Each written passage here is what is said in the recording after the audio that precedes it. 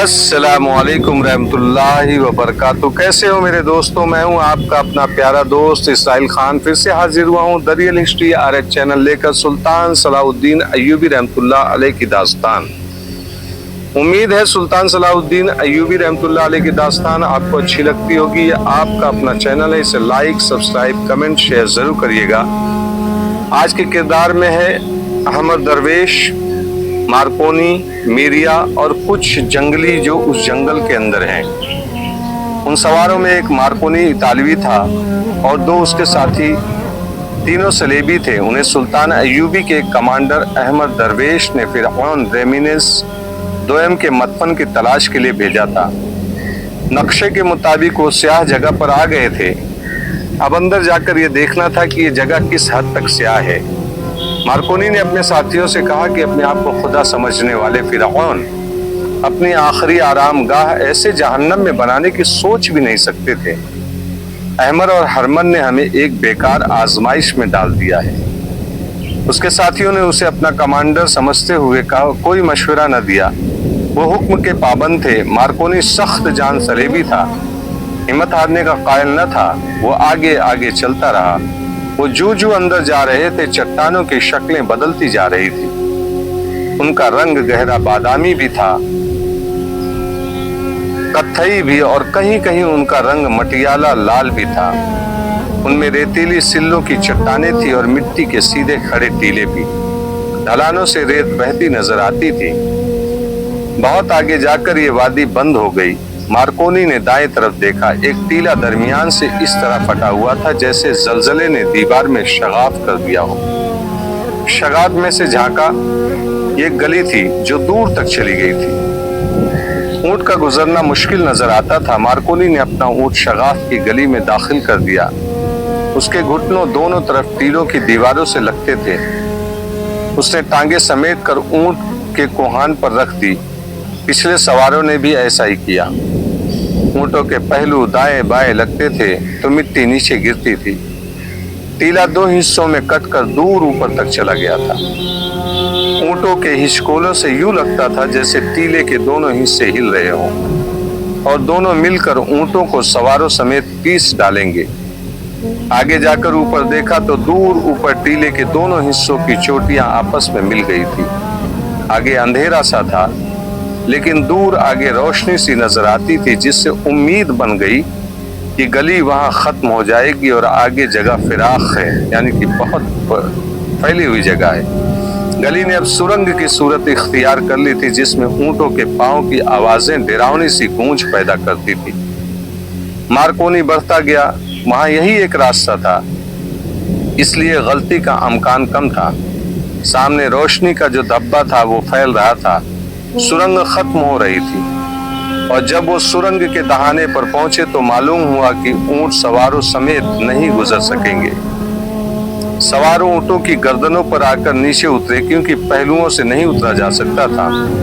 ऊंटों को बड़ी मुश्किल से बाहर निकाला गया। आगे देखा तो चारों तरफ किसी पुराने किले की बड़ी ही बुलंद दीवारें नजर आई, मगर यह किला कुदरती था। पहाड़ियों की शक्ल ऐसी थी कि 300-400 गज तक ढलान थी और वहां से पहाड़ियां सीधी ऊपर को उड़ गई थी। बाज ऊंची थी, बाज कम बुलंद। मालूम होता था जैसे जगह हर तरफ से बंद हो। घूम फिर कर देखा तो एक पहाड़ी के साथ इतनी जगह थी जिस पर पैदल चला जा सकता था। मार्कोनी ने ऊंटों को वहीं बिठा दिया और पैदल चल पड़े। पहाड़ी गोलाई में हो गई थी, पांव जमा कर रखना पड़ता था, क्योंकि रेत और मिट्टी थी जिससे पांव ढलान की तरफ होकर गिरा सकता था। ये दरअसल कोई बाकायदा रास्ता नहीं था, चलने की सिर्फ जगह थी। जमीन और टीले बता रहे थे कि सदियों से यहाँ किसी इंसान ने कदम नहीं रखा। ये चलने की जगह या राह आगे कोई तो मार्कोनी और उसके साथियों के दिल उछलकर हलक तक आ गए। ढलान सख्त हो गई थी और नीचे जाकर किसी बड़ी ही ऊंची दीवार की मुंडेर बन गई थी। दाएं तरफ पहाड़ी थी जिसके पहलू में वो कदम जमा जमा कर चल रहे थे, मगर बाएं तरफ जमीन दूर नीचे चली गई। एक बड़ी वसी और बहुत ही गहरी खाई थी। वहां से गिरने का नतीजा सिर्फ मौत था। खाई के दूसरे किनारों पर इसी तरह के पहाड़ थे जिसके साथ साथ वो चल रहे थे। ऐसे खतरनाक मकाम पर आकर मार्कोनी कि एक साथी ने उससे पूछा, क्या तुम्हें यकीन है कि रेमिनेन फिरौन का जनाजा इस जगह से गुजारा गया होगा? अहमद दरवेश ने यही रास्ता बताया है। मार्कोनी ने कहा, जहाँ तक मैं नक्शे को समझ सका हूँ, हमारे गुजरने का रास्ता यही है। रेमिनेस का तो ताबूत किसी और तरफ से गुजारा गया था, हमें वो रास्ता मालूम करना है।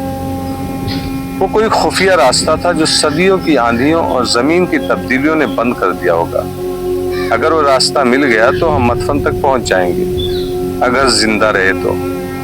मार्कोनी ने कहा, मैं उसके मुतालिक यकीन तो नहीं दिला सकता। ये यकीन दिला सकता हूँ कि मदफन मिल गया तो तुम दोनों को माला माल कर दूंगा।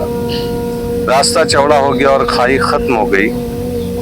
अब वो दो ऐसे पहाड़ियों के दरमियान जा रहे थे जिनके दामन में मिले हुए थे, मगर कुछ ही दूर आगे पहाड़ियां मिल गई थी। वो वहां तक पहुंचे तो उन्हें बाईं तरफ ऊपर चढ़ना पड़ा। कोई 100 गज ऊपर जाकर उन्हें एक गली सी नजर आई जो नीचे को जा रही थी। वहां से इर्द गिर्द देखा तो दूर दूर तक पहाड़ियों के सतून ऊपर को गए हुए थे। मंजर हैबतनाक था। वो नीचे उतरते गए। ये गली कई एक मोड़ मुड़कर उन्हें एक फिराग जगह ले गई जो गोलाई में थी। यहाँ की गर्मी नाकाबिले बर्दाश्त थी। चोटियों के करीब पहाड़ियों में चमक सी थी। वहाँ की मिट्टी में किसी धात की आमेजश थी। उसकी तपिश से गर्मी ज्यादा थी। हर तरफ पहाड़ियाँ थी सिवाय चंद गज जगह के। वहाँ गए तो खौफ से तीनों पीछे हटाए। और बहुत गहरा नशीर था, वसात भी ज्यादा थी। उसकी तह पर रेत चमक रही थी और सूरज की तपिश इतनी ज्यादा थी कि रेत से धुआं सा उठता और लरसता नजर आता था। उससे उसकी गहराई का अंदाजा नहीं होता था। इस इतने गहरे नशीब के आमने सामने के किनारों को एक कुदरती दीवार मिलाती थी। ये नीचे से ऊपर तक थी। ये दरअसल मिट्टी और रेत का दीवार नुमा टीला था जो नीचे से भी इतना ही चौड़ा था जितना ऊपर से। उसकी चौड़ाई 1 गज से कम थी। कहीं से गोलाई में थी जिस पर चलना खतरनाक था। अगर मार्कोनी को पार जाना ही था तो यही एक रास्ता था जो पुल सिरात की मानिंद था। उसकी लंबाई 50 गज से ज्यादा ही थी। मार्कोनी के एक साथी ने उसे कहा, मेरा ख्याल है इस दीवार पर चलने की बजाय तुम खुदकुशी का कोई बेहतर तरीका इख्तियार करोगे। खजाने रास्ते में पड़े नहीं मिला करते।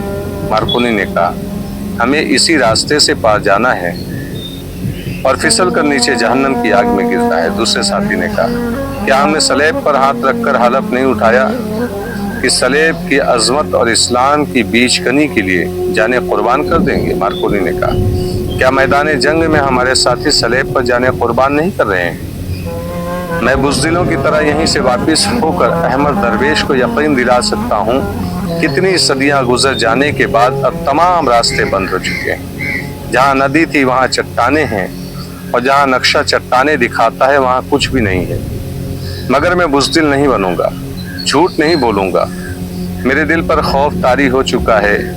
मैं उसके खिलाफ लड़ रहा हूँ। मेरे खौफ में इजाफा न करो दोस्तों।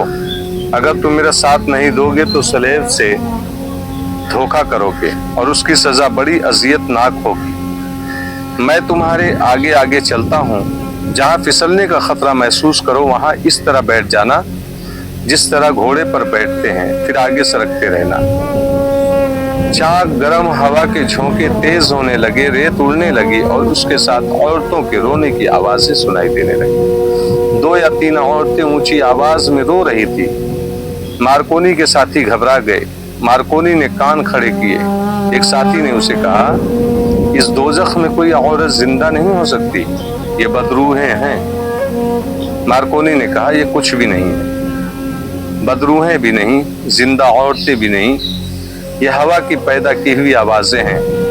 इस इलाके में बाज टीलों में लंबे लंबे सुराख हैं जो दोनों तरफ खुलते हैं और बाज चट्टानों की शक्ल ऐसी है कि उनसे तेज हवा के झोंके गुजरते हैं तो इस किस्म की आवाजें पैदा होती है जो तुम सुन रहे हो।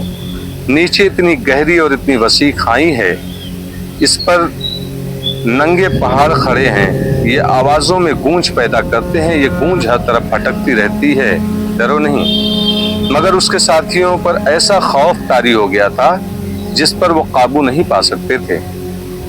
ये औरतें हवा की नहीं, आवाज हवा की नहीं, करीब ही कहीं औरतें या बदरूहें रो रही थी।